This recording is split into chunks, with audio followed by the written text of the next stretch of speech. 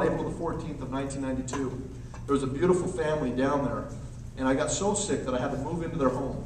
Hopefully someday you meet them. Their name's Guy and Tina Nunley. They all had to have the gamma globulin shot, which is like shooting hot peanut butter in your body. It's a horrible thing. And they had all these little kids, but they sacrificed so I could stay.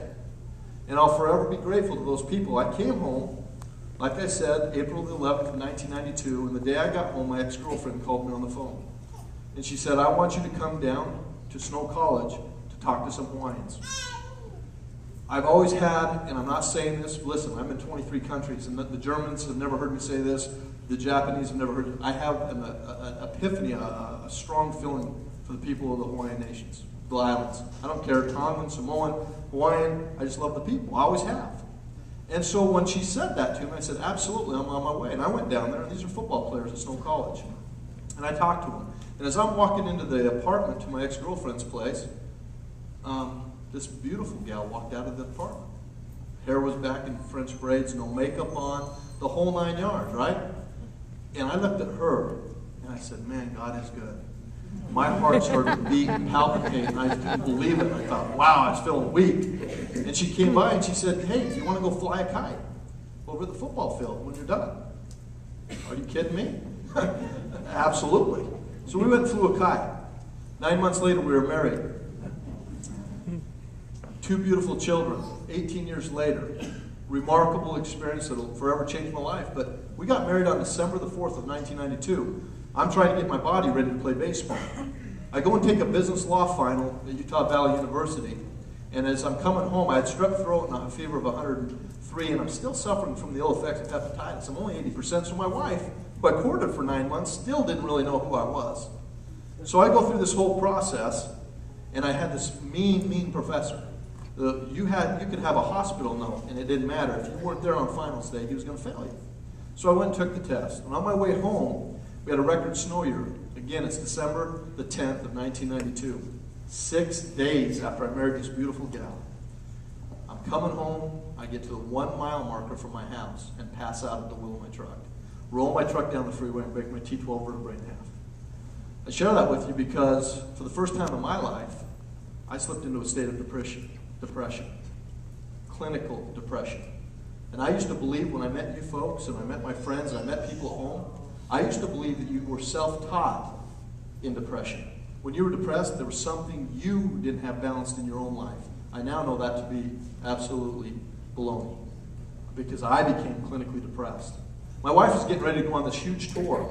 She's a singer, and she wanted to go on this tour with the USA Cloggers, but her husband of 6 days is now in a body cast, laying on the bed, drooling on himself. And she's not going, right? And I said, you're going to go, period. And I'll move in my buddy. So my buddy, Phil Brook, moved in with me. And I was whining and complaining. The doctor said, you're done with baseball. You're done with this. My truck was smashed. I love trucks. It was smashed. I was mad. I was down. And I remember that buddy saying to me, point blank, he said, Dan, are you going to play professional baseball? And I said, no.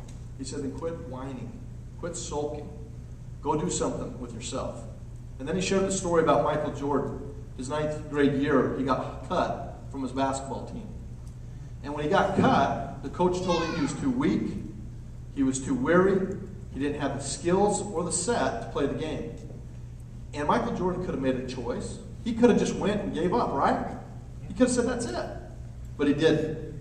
Michael Jordan said, basically, screw you to the coach. And he went to work, and he worked real hard. And we all know the outcome, right? Michael Jordan's arguably maybe the greatest player that ever played the game. Well, that touched me, that inspired me, and I started to come out of my shell, and then all of a sudden my life started to become profoundly blessed. I got a phone call from a guy named Phil Simpkins, and he said, Dan, I know you don't have your bachelor's degree, to work for Stephen Covey, you have to have your bachelor's degree to get in this division, but come on over and interview. You know, big old wink. So I did, and I got the job. And I started out running coffee to people, and I got into customer service, making a big whopping $6 an hour, and I'm selling 7 Habits tapes and doing those things. And the next thing I know, I get promoted. The next thing I know, I get promoted. The next thing I know, I get promoted. And I'm feeling like I'd hung the moon. I'm like 23 years old, and I literally thought, I don't know many 23-year-olds that can make 60 grand a year. And I thought, man, I am the coolest cat in Utah. And that went on and went on and went on, and every day I wanted to run to work. Why? Because you're around positive influences, right? 7 Habits makes you a better person. It's a natural law. It's not hype. It's not me too. It's real. And I loved it. And as I'm going through that environment, I started realizing I want to get my health back. And I was raised in an environment by great parents that did not believe in lotions and potions. They just didn't believe in them. And as I studied that, as I looked at it, I decided I'm tired of going to the doctor and getting an IV and having them tell me there's nothing really to do but bed rest. I have ADHD, folks. I can literally be on the phone, kicking a soccer ball, changing my kid's diaper, and talking to my wife and understand everything that's going on. It's a blessing in a way. It's also a curse, right? So I'm frustrated and I want to know more. So I start going out there and I do things that I wasn't taught to do, which is very, very difficult for me to do because my dad and my mother are my 2 greatest mentors in my life. So I went and met with a lady that did kinesiology muscle testing. She held a product up to my stomach, wiggled my arm, and said, man, you got a bad liver, bad endocrine system. I said, ma'am, you're full of it.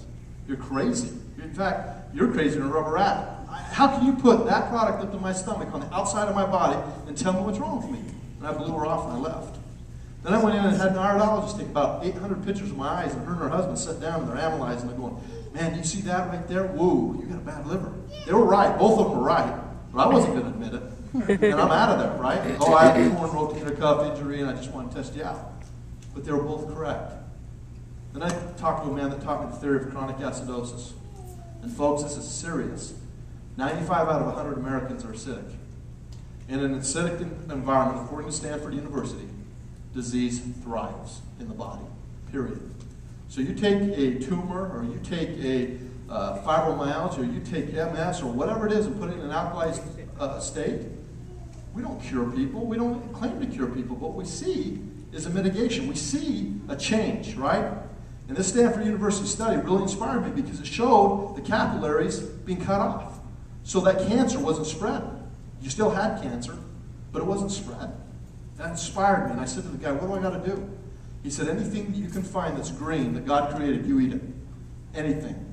And I was raised on an alfalfa hay farm. And alfalfa is one of the key ingredients. And I remember going out there bucking hay all day in 100-degree weather, dry weather, not this beautiful Hawaiian weather that makes your skin feel good, dry. And I remember eating hay and chewing on hay all day long. And I never seen anything or felt anything, but it was just something I did because I liked it. Well, I start forcing this stuff down me, okay, in grundles. And I start drinking 2 gallons of water a day, and I get off the soda pop. And all of a sudden, my liver enzymes go back to normal. Well, folks, if you have a half a heart and a half a brain, and you care about people, genuinely care about them, and that happens to you, what do you want to do? Share it. I had no vehicle. See, when I was 9 years old, a guy knocked at my dad's door, 9 years old. He had a suit on just like this. And by the way, we're in Hawaii. The only reason I'm wearing this suit, the only reason I put this tie on, is because I work for you, right? And you'll understand that from me. When you get to know me, I work for you. If you don't spread my message, I fail. So once I earn your respect, the next time I will not be in a suit. I'll be kicking it in khakis and maybe some sandals or something. But everywhere I go, I'm in a suit because I work for the people. And so here I am sitting there at 9 years old. The guy walks in, my dad, he says, I got a great opportunity. My dad says, come on in. My dad's the greatest man you've ever met. The guy sits down, starts talking, and my dad goes, is this Amway? And the guy goes, no, this isn't Amway. My dad goes, you sure this isn't Amway? No, it's not Amway. They go on and on and on, and finally,